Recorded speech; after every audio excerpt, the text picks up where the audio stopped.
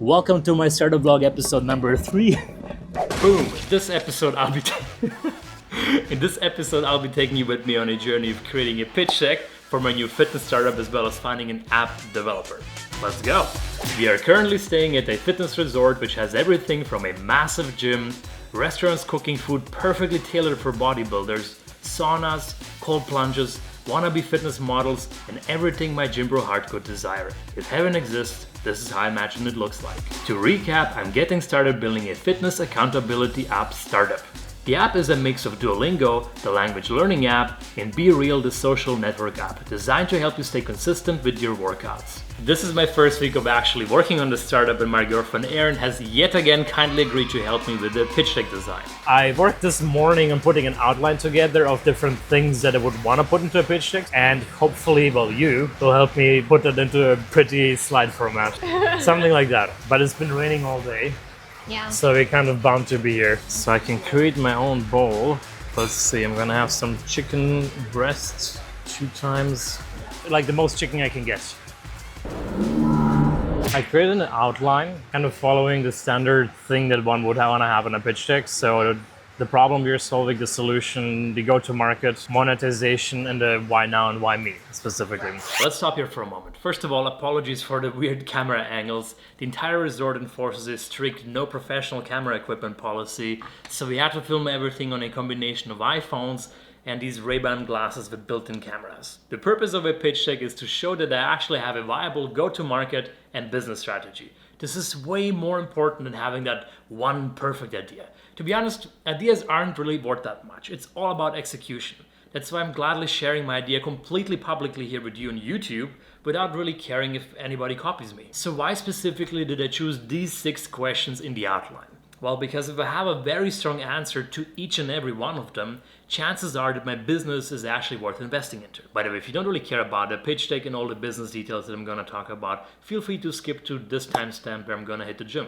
There are 8 billion people on this planet. That means that there are 8 billion people on this planet who want to be fit. But the biggest reason why people are not fit is because they're not consistent with healthy diet, workouts, and sleep.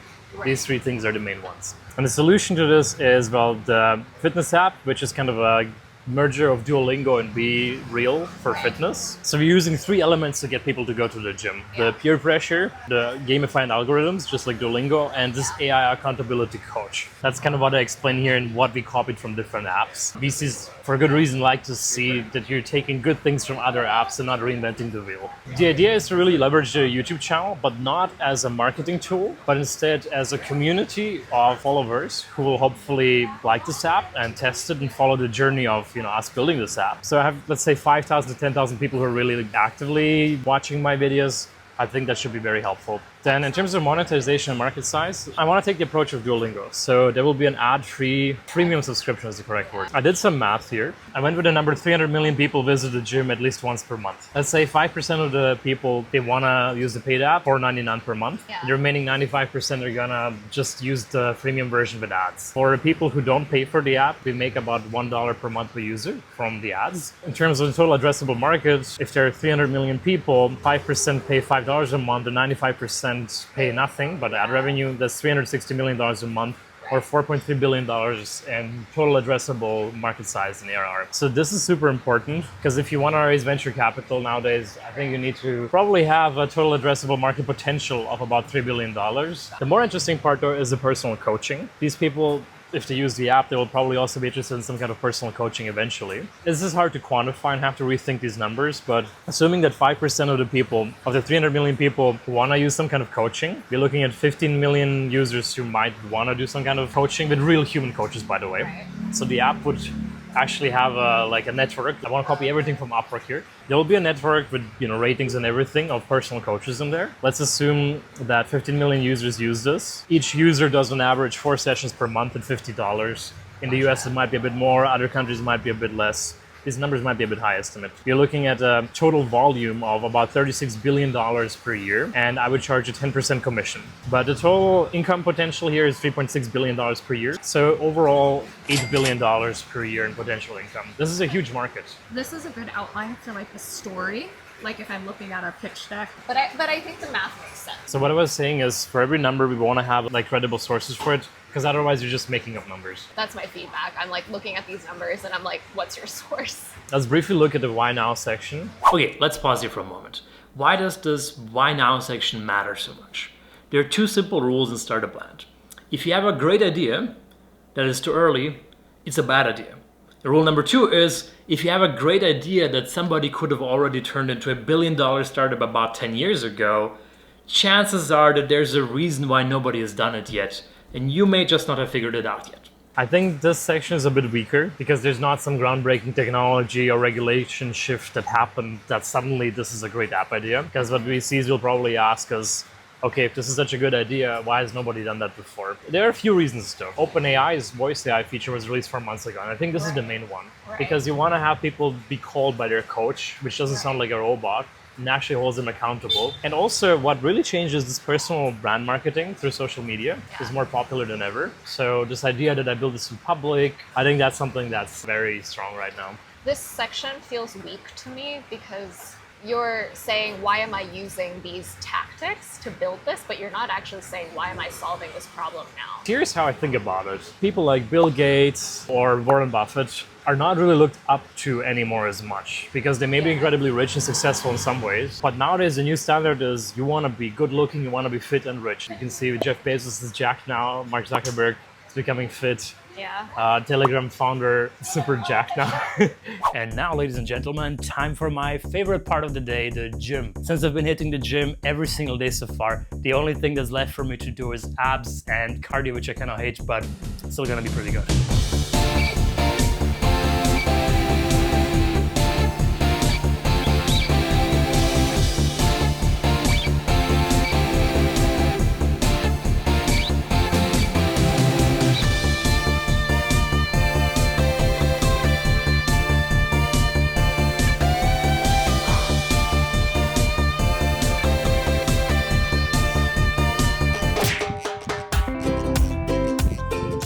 And of course, my cardio session had to be followed by a sauna session and an ice bath. Disclaimer, ice baths have no known benefits for muscle recovery, I just did it for fun.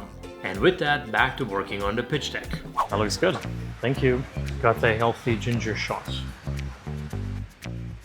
That's good. Hey buddy, what are you up to? I think he has strong ideas about the startup. What do you think about this photo for the pitch deck? I think that's perfect. It's seasonal and it shows, well, you can spot more than 3 plates. You can Photoshop more plates onto it. Yeah, because otherwise they might think I'm not jacked enough to build such a company. So what are we at right now? I'm partway through building a slide deck. I've convinced Samuel to use Figma slides. Well, this is a pitch deck, but I got my way because I really don't like to use Google Slides. Figma is where in the first episode you designed the app. Now we're using their tool for slides decks, and that means we can just insert the mock-up of the app into the slide. Well, it makes sense for me to learn Figma because all the design will be happening in there. Yeah. And an app is all about design. This startup will not be about building fancy AI, it's all about design. I'm hungry. Let's get more food. Okay. I'm so happy to be eating it. Is it a steak or what is it? No, it's a seared tuna. It's delicious. Come with a little protein cookie. I'm very excited. It's a protein cookie? Oh, nice. It's the only kind of cookie I approve. At this point, I remembered some wise words from Elon Musk. If you're going to create a company, the first thing you should try to do is create a working prototype. Everything looks great on PowerPoint. Since I 100% agree with him on this point, I decided to start working on building an iOS app prototype.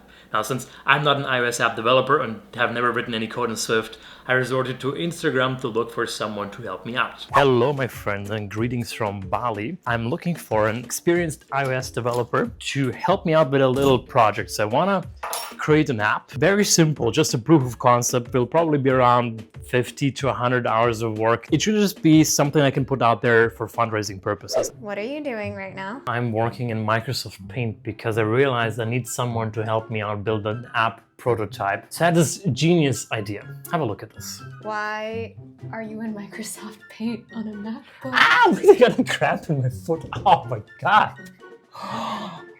I'm looking for someone to help me for free to build a prototype of the app. And this is what I came up with. I'm gonna post that on LinkedIn and Instagram now. Also, if you're wondering why I have Microsoft Paint on a MacBook, I loved it so much that I paid a dude to develop it for me so I could install it there. I just posted on Instagram, and before I could even post this on LinkedIn, within like 15 minutes already several people reached out and said, hey, I'm an iOS developer and I would love to work with you, which is honestly pretty nice. You know what, I'm not even gonna post this on LinkedIn anymore because I don't want 1,000 people to reach out. I just want someone who is following my journey and excited about my YouTube channel to work with me. I like this guy, 21 years old from Germany, has been developing iOS apps for 5 years, including something funded by BlackRock, and he's been following you for a very long time. Well, that's great. Let me send him a voicemail. Bro, that sounds awesome. Yeah, let's hop on a call. I'm currently in Bali, that means 7 hours ahead of Germany. Let me know when you're available to talk. My schedule is currently wide open. I'm still getting used to the fact that I live in a place with an infinite supply of crazy protein snacks. They have chicken chips, beef chips, with zero sugar and very high protein. And of course they have their little custom Bali Body Factory branded coconut drinks. And since we need to move extremely fast and start a blend, David and I decided to hop on a call right away. David, how are you doing? Hey. Wie geht's dir? I'm fine. You? All good? Going well. Thanks so much for reaching out. That's very exciting. I'm also excited. Do you know already roughly what I'm getting into? By the way, I'm dressed as funny because I'm in Bali. Now that I'm seeing myself on camera, I'm like, this looks so unprofessional. That's a Bali vibe. We will talk to Instagram, I guess. Have a great day in Bali. Well, that's very exciting. By the way, I noticed with this top, I kind of look like Jesus Christ on camera. I'm just missing the long hair with it. Very exciting. I am going to do some cardio now, and then I'm gonna hit the sauna and the cold plunge and enjoy Bali as much as possible before going back to freezing Cambridge. Sup gang, it is the second to last day here. This morning at 6 a.m. I did a heavy leg workout. I didn't really have anyone to film me at that time, so I had to put my camera at a slightly weird angle. That's okay. Then later I worked a bit more on the pitch deck, a bit more on the iOS app, and I couldn't help myself, so I hit the gym again this afternoon. I did back and got a massive biceps pump as well. I'm gonna do some more work now. Poor Aaron started developing a rash from all the humidity here in Bali, so now I have to try to find a Indonesian pharmacy. Look at this wiring. What happened here? It's literally hanging all the way down to the street for someone to touch. You risk getting electrocuted by that cable. Oh my god. There are like coffee shops everywhere, littered with people working on their laptops. It's pretty wild actually. Hello, how are you doing? Hi. Your savior has returned with 5,000 different medications. Oh my god. We'll have to verify if these things actually are safe to take. They use words like steroids, antibiotics. Is it like steroids for getting fucking huge muscles? No, it's steroid cream. Oh my god, steroids. They're too small. Need to get bigger. As you can probably imagine, I didn't actually manage to finish the pitch deck in Bali because, well, I was just too busy with all the good food and all the good workouts.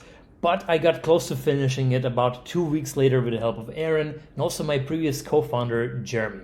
So let's have a look at this version. We went with a slightly playful design, having some emojis in there. After all, the app is supposed to be fun. Now the founder slide includes me with, you see, 5 plates packed on here. I can actually lift that, I just didn't do it in that photo. Typical problem formulation, that's nothing too special. And then the solution. Now the idea here is that the solution is the app. It's a fitness accountability app that uses a mix of peer pressure, gamified algorithms, and an AI accountability coach that calls the app and tells you to go to the gym. You should go to the gym, by the way. This slide is still a bit up in the air. I don't know what I want to do with this, but this is the important part. So the app works like this. You sign up with your phone number, low friction, no username, password remembering, nothing like that. You just type in your phone number and that's it. Then you take a gym selfie with the front and back camera, just like in Be Real. So I'm copying another idea from another app. And then the selfie is posted to your newsfeed, including some information about how many workouts you've already done this week, earning you bragging rights by being regular in the gym. What is really important to me here is to be different from other social media accounts. Because on Instagram, for example, it's all about having these fancy photos from fancy places, which makes everybody feel bad because we're only showing the 1% of our time actually spending in cool places. And the 99% of the times that we do just work and do nothing fancy are not actually shown. Whereas here in the app, you earn your bragging rights not by posting fancy gym selfies, but by being regular and consistent in the gym. And of course, you'll be using a lot of AI tools to have smart notifications to notify you the right place at the right time to go to the gym, and the AI accountability coach who might call you. There are kind of two ways that you can go to market. The one way would be to just blast a lot of ads, either through paid ads or having an influencer do it for you, not me, but somebody who actually has a huge following. Or the other way is to build a great product that organically grows. Now, the first way is easy because you just need to spend a lot of money into advertisements, but I don't think this is very scalable. Building a great product is much harder, but if you actually manage to crack that code, then your app can go viral without any ads at all. Now, this is where the YouTube channel comes in really handy. My idea here is to keep building in public, so you get a lot of value from my videos by seeing how I started a startup, and you can hopefully apply this knowledge in your own startups in the future. But at the same time, you get a great app that you can use to be consistent in the gym. And by using it, I'm hoping to get a lot of feedback as well, which will in return enable me to make the app better for you, but also for me. It's kind of an ideal win-win situation that I haven't really thought about for the last 2 years when I started this YouTube channel, because until now I haven't really received anything out of it. In terms of the monetization strategy, now obviously a startup has to make money in some way. The idea here is that we make around $1 per month per active user from targeted ads, protein powders and that kind of stuff. There's a paid subscription model for $5 a month. I don't know if it's going to be $5, but something like that. And then eventually we'll have a whole personal coaching business where there's a whole platform with personal coaches, with ratings and everything, just like Upwork, where you can find a personal coach and we're going to take a commission cut. Now, the total addressable market size, this is obviously something I'm still working on, but I think around $4.3 billion in annual recurring revenue might come from subscriptions and ads, and another close to $4 billion from having this coaching business, bringing the total addressable market to a whopping $8 billion in ARR. Obviously, this is all very hypothetical, but again, you want to show that there's a huge market, and in this case, even if you capture just a small percentage of that market, you still have a huge business.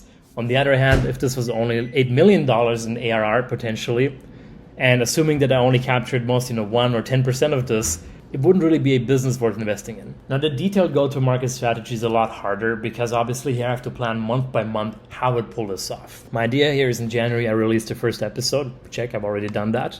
And pick some early users, which probably will be just a few close friends because the app will still be a mess. Then February we have a first version live, which I can again release to some close friends and eventually also some influencer friends while I'm in Bali. And then in March, April, July, I will slowly start admitting people from the early access list, which by the way you should sign up for if you haven't yet. And then around August, we might be able to launch this publicly. And I hope to have this invite system where in order to get on the app, you need to get invited by someone on the app, just like Clubhouse did it. I don't know if this is a viral strategy, but it might work. Now, do I expect that this is actually going to work out exactly like I wrote here? I mean, I hope so. I think this is a serious plan, but obviously not everything always goes according to plan, but it is important to have one. And then if I slightly deviate from it as data comes in, that's totally fine. Back to the video. We are back on our way to Boston. I got us a little upgrade to business class because I'm turning 30 this year, so I feel like I'm kind of getting too old and also too wide to squeeze myself for 15 hours into an economy class seat. It's a very responsible thing to do just 15 days into being unemployed. You. I'm actually impressed that they serve caviar in business class. Normally it's something you would only see in first class. Quite nice. It's freaking delicious. Anyways, if you're interested in becoming an early adopter of my app, there's going to be a link in the description for the waitlist sign up. I'll have this one. Yes. I feel like I should have waited with the caviar and all of that until I got the bread, not the other way around. And I just have to eat the bread. Protein, very nice. Thank you. Also, Uncle Sam might soon be looking for a team.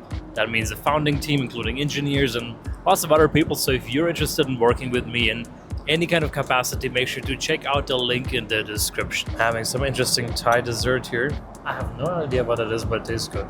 I have around 12 hours left on this flight, so I'll try to sleep a little bit now. And the next episode will start, well, as soon as I wake up. I'll take you on a journey of developing the iOS app. And with that, thank you so much for watching. Don't forget to hit the thumbs up, subscribe to my channel, and I'll see you next week. Take care. I think I bit into something that I wasn't supposed to eat. I think I just ate the decoration flower. It's so dark here, I can't even see. Ugh. That was clearly just for decoration.